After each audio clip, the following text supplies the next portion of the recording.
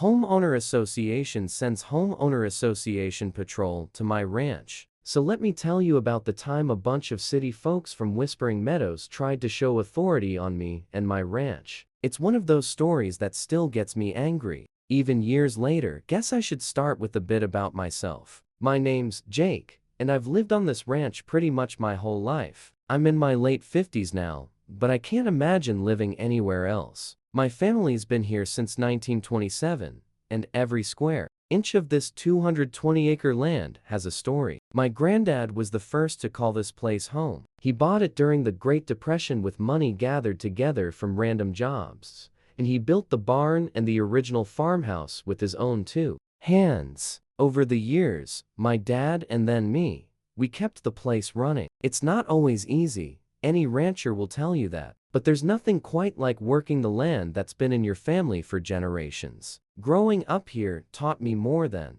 any school ever could. I learned how to fix fences before I could ride a bike, how to drive a tractor before I was officially allowed to drive a car, and how to read the weather just by watching the clouds. The ranch has a rhythm to it, a kind of steady certainty that's comforting in a world that seems to change faster every day. Sure, there have been tough times, the occasional bad year for crops, but we always found a way to pull through. It's what my granddad and dad would have done, and it's what I've tried to teach my kids. This ranch isn't just where I work, it's where I raise my two kids. They're grown and gone now, off chasing their own dreams, but some of their best memories were made here. Lazy summers, fishing by the creek, the smell of fresh hay in the barn, and bonfires under the clearest night skies you've ever seen. Even now, when they visit, it's like the ranch has a way of pulling them back to easier times. For me, this land is peace. It's a legacy, and until a few years ago, it felt like nothing could ever shake that. Then about 7 years ago, Whispering Meadows happened. Started small, like a storm on the edge. One day, it was just an open field bordering my property. The next thing I knew, developers had bought up the land and rows of cookie-cutter houses popped up like plants. I don't know, thought naming it Whispering Meadows was a good idea, because there sure wasn't anything quiet about it. Within months, the place was packed with families, and the homeowner association moved in with them. It wasn't long before the neighborhood's uniform homes, perfect lawns, and rules for everything started to press up against the wild, untamed expanse of my ranch. At first, I figured it wouldn't matter. I'd been here way before any of them, and as far as I was concerned, we could live together just fine. They could keep their suburban paradise, and I'd stick to my cattle, my crops, and my peace and quiet. I didn't go to their community barbecues or block parties, and they didn't wander onto my property. Everyone remained in their lane, or so I thought. The first sign of trouble came in the form of a verified letter. I remember the day it arrived because it was late spring and I was in the middle of repairing a fence one of my bulls had decided to plow through. The letter came from the Whispering Meadows Homeowner Association. It accused me of all kinds of nonsense: improper fence maintenance, unauthorized livestock, and unapproved farming activities. They had the nerve to claim that my cattle were an eyesore, that my barn wasn't up to standards, and that my tractor was unsightly when parked near the property line. The kicker, they said my ranch was diminishing the visual appeal of Whispering Meadows. I laughed out loud. I mean, it was ridiculous. My ranch predates their entire development by nearly a century. If anything, they're the ones diminishing the appearance of my land. I stuck the letter on the fridge as a joke and went about my day. But a month later, another letter showed up, this time with a 14-day compliance demand and a threat of $7,500 in fines if I didn't correct the violations. That's when I decided to call my lawyer, Brian. Brian's a sharp guy. We've been friends since high school, and he's helped me out of a problem or two over the years. When I told him about the homeowner association's nonsense, he practically choked on his coffee. They've got no legal authority, he said. Your property isn't part of their development, and you didn't sign any agreements with them. They're blowing smoke. That was good enough for me. I figured, They'd get bored and move on. But I underestimated just how spiteful these people could be. One morning, about a week after the second letter, spotted a pickup truck parked on my property. It had a giant homeowner association patrol sticker slapped on the side, like something out of a bad cop movie. 3 people got out, all wearing matching t-shirts with homeowner association printed across the chest in big blocky letters. Leading the charge was Dorothy, the homeowner association president. She was flanked by Gary, a guy with a permanent scowl, and Catherine, who looked like she'd rather be anywhere else. They had clipboards and phones out, snapping pictures and jotting down notes as if they were on some kind of official examination. I hopped on my ATV and drove over to see what the hell they thought they were doing. When I got close enough, Dorothy turned to me with this arrogant look, like she just caught me red-handed. "Good morning," she said, like we were old friends. "We're here to address some ongoing offenses on your property." I stared at her, trying to keep my temper in check. "This is my land," I said. "You don't have any control here. Get off my property." Dorothy didn't even blink. "Actually, the homeowner association's power extends to adjacent properties that impact our area," she said like she was reading from a script. "We're within our rights to ensure rules." That's when I lost my patience. "Lady, you're trespassing. I'm giving you one chance to leave before I call the sheriff." Dorothy didn't back down. She started listing off their so-called issues. A section of fence that needed repairs, my cattle grazing too close to the property line, and even the state of my barn. Gary chimed in about security concerns, and Catherine snapped pictures without saying a word. It was like dealing with a pack of overzealous hall monitors. I called Deputy Bruce. He's a good guy and knows the region well. He showed up in about 20 minutes and didn't look too pleased to find the homeowner association patrol on my land. After hearing both sides, he gave Dorothy and her crew a thorough lecture on trespassing. He explained in no uncertain terms that they had no legal right to be on my property and that their checkup could land them in hot water begrudgingly. They packed up and left, but not before Dorothy made some veiled comment about continuing the argument. As I watched them drive away, I couldn't help but shake my head. This wasn't just about fences or cattle. It was about them trying to push their power onto land that wasn't theirs. That incident set the tone for what was to come. I had no idea at the time just how far they'd go, but I knew one thing for sure. This wasn't over. The homeowner association wasn't content to back off after the patrol failure. Within days, they escalated their bullying campaign. A week later, received a letter from some fancy law firm representing Whispering Meadows. The letter claimed I owed the $7,500 in fines because their bylaws applied to adjacent properties that negatively impacted their property values. It was laughable, but now they were playing hardball. I handed the letter straight to Brian, who immediately filed a countersuit for intimidation and a restraining order against the homeowner association. While we were waiting for court dates, the homeowner association turned to sneaky tactics. They started posting violation notices on my fence posts. Big ugly flyers stapled right onto the wood. They took more unauthorized photos, and some residents were clearly encouraged to complain about the ranch. I'd hear snide comments from joggers and see cars slowing down near my property, their passengers staring like they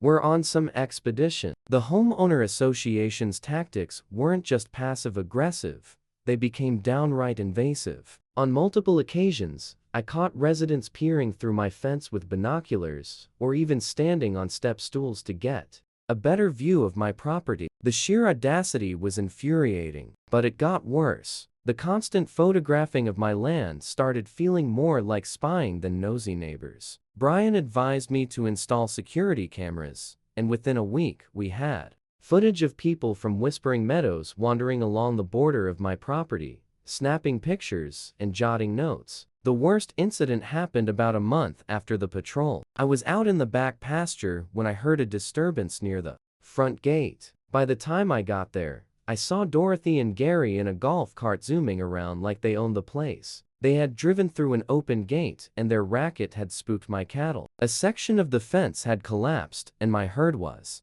scattering in all directions. The golf cart's noise and their shouting had caused a stampede that injured several animals and destroyed more of the fencing. I spent the next 6 hours rounding up frightened cattle, repairing the fence, and dealing with a vet to treat an injured herd. One of the cows had bolted so far off that it took me nearly 2 days to track her down. That day cost me thousands in labor, supplies, and vet bills. By the time I finished, I was physically exhausted and furious. Beyond words, enough was enough. Brian and I sat down to plan. We decided it was time to go on the offensive. First, we compiled every piece of proof we had. Security footage showing homeowner association members trespassing, photos of the golf cart incident, and documentation of my financial losses from that day. We gathered veterinary bills, receipts for fencing repairs, and even historical records proving my ranch had been operating for nearly 100 years,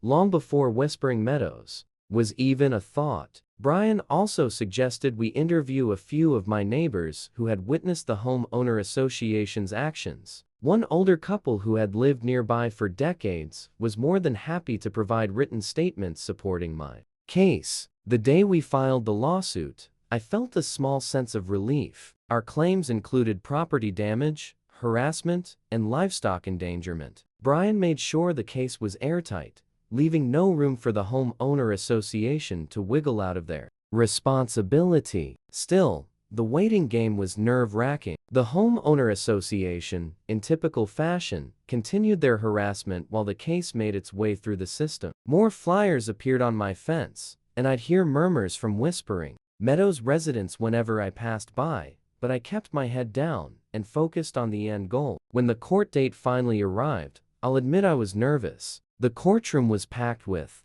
several Whispering Meadows residents showing up to support the homeowner association. Dorothy, as arrogant as ever, was representing the homeowner association alongside a team of lawyers. On my side, it was just me and Brian, but I knew we had truth and proof on our side. Judge Bradley, an old man with a strict demeanor, presided over the case. He listened intently as both sides presented their arguments. Dorothy claimed the homeowner association's actions were necessary to preserve property values, leaning heavily on the idea that my ranch's unsightly appearance was harmful to their pristine neighborhood. She argued that their bylaws extended to adjacent properties and that their checks were necessary to maintain the community's standards. Brian, however, dismantled their case piece by piece. He began by pointing out that their bylaws had no legal power beyond their subdivision's boundaries. He presented the historical records proving my ranch had been in business long before Whispering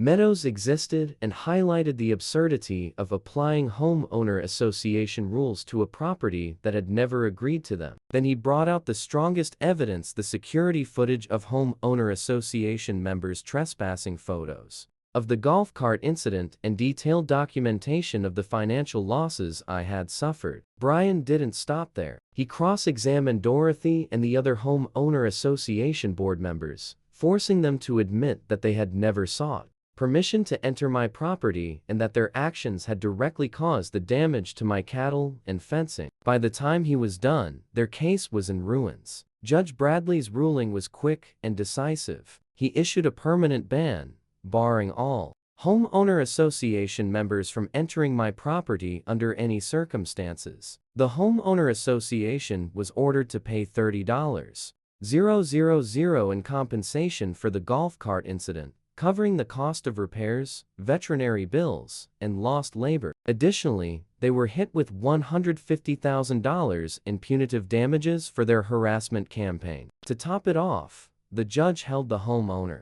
association board members personally responsible for covering my legal fees, which added another significant financial hit to their already disastrous case. As I walked out of that courtroom, I felt a weight lift off my shoulders. But if you thought the homeowner association would take their loss in court and just slink away, you'd be sorely mistaken. You'd think a $180,000 judgment, a permanent restriction, and a scolding from Judge Bradley would have taught them to leave me and my ranch alone. But no, These folks were as stubborn as a goat with its head stuck in a fence. What came next was their version of revenge. And it was every bit as ridiculous as you'd imagine. Not long after the court case wrapped up, I noticed an uptick in unexpected visitors. First, it was animal control. A truck rolled up my driveway one morning, and a polite but bewildered officer started asking about my livestock. Someone had reported that my cattle were malnourished and being kept in cruel conditions. I had to laugh. My herd is healthier than most people I know, and the officer saw that right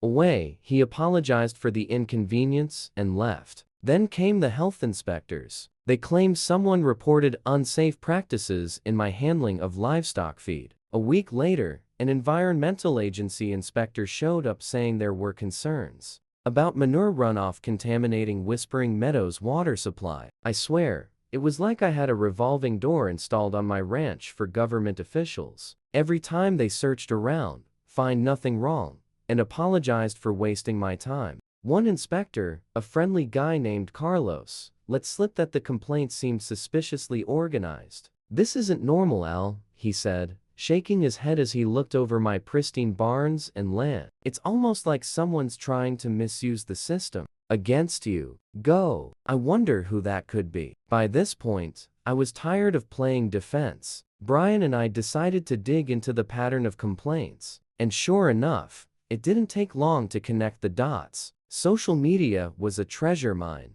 Dorothy, Gary, and a handful of their loyal homeowner association followers had been posting in their private Facebook group encouraging residents to file complaints. Screenshots showed them drafting template messages and coaching others on how to make their grievances sound serious. Even more damning, we found that most of the complaints used nearly identical wording. The same phrases about environmental hazards and livestock welfare popped up over and over, like they'd all been copied from the same guide. Brian compiled everything into a tidy packet of proof, complete with timestamps, screenshots, and a detailed summary of how much taxpayer money had been wasted on frivolous inspections. Then we took it to the county commissioners. Let me tell you, those commissioners were not happy. At the next public meeting, they tore into the homeowner association's actions, calling it a gross misuse of public resources. One commissioner even remarked,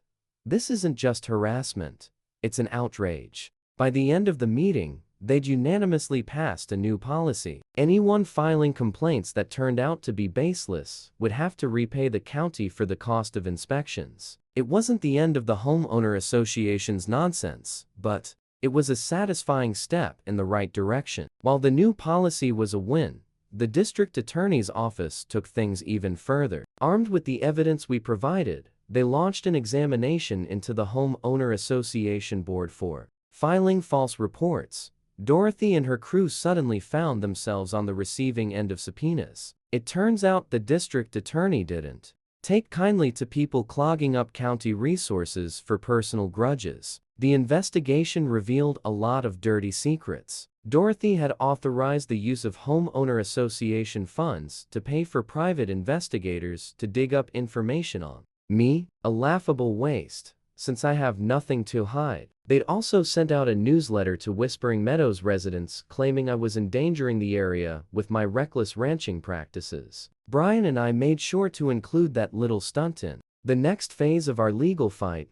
Brian, being the brilliant strategist he is, suggested we file a RICO Racketeer-Influenced and Corrupt Organizations Act suit against the homeowner association. At first, I thought RICO was just for taking down mob bosses, but he explained that it applied any group engaging in a coordinated pattern of unlawful behavior, and boy did the homeowner association fit the bill. The suit accused them of harassment, trespassing, filing false reports, and misusing their position. It was a nuclear option, but after everything they put me through, I had no qualms about dropping the hammer. Once the lawsuit was filed, the homeowner association's behavior changed real quick. Their insurance company didn't want to touch the case, and the prospect of more courtroom battles had the board members scrambling for protection. In the end, they settled out of court. The terms were simple but destructive for the homeowner association. They paid me $60 $000 in compensation and covered all my legal fees. Dorothy and the other key board members resigned in shame. The new rule was added to their bylaws: any future harassment of neighboring properties would result in $115,000 in liquidated damages per incident. By the time it was over, the homeowner association was a shell of its former self. Whispering Meadows residents weren't too pleased with how their dues had been spent either. Let's just say Dorothy isn't getting invited to any more block parties. After the dust settled, a new homeowner association president named Logan reached out to me. Logan was a younger guy, probably in his early 30s, and he seemed genuinely embarrassed by everything that had happened. He came over one afternoon with a peace gift, a bottle of bourbon, and a promise to make things right. "I'm sorry for what you've been through," he said. "This neighborhood shouldn't have treated you like that." To my surprise, Logan had a pretty good idea. He proposed hosting educational events at the ranch a few times a year where residents could learn about sustainable farming and see how a working ranch operates. At first, I was skeptical. Why would I want anything to do with them after all this? But then I thought about it. Maybe showing them the importance of this land, the history, and the hard work that goes into it could build some bridges. Besides, it didn't hurt that Logan offered to pay me for my time. The first event was a hit. Families brought their kids who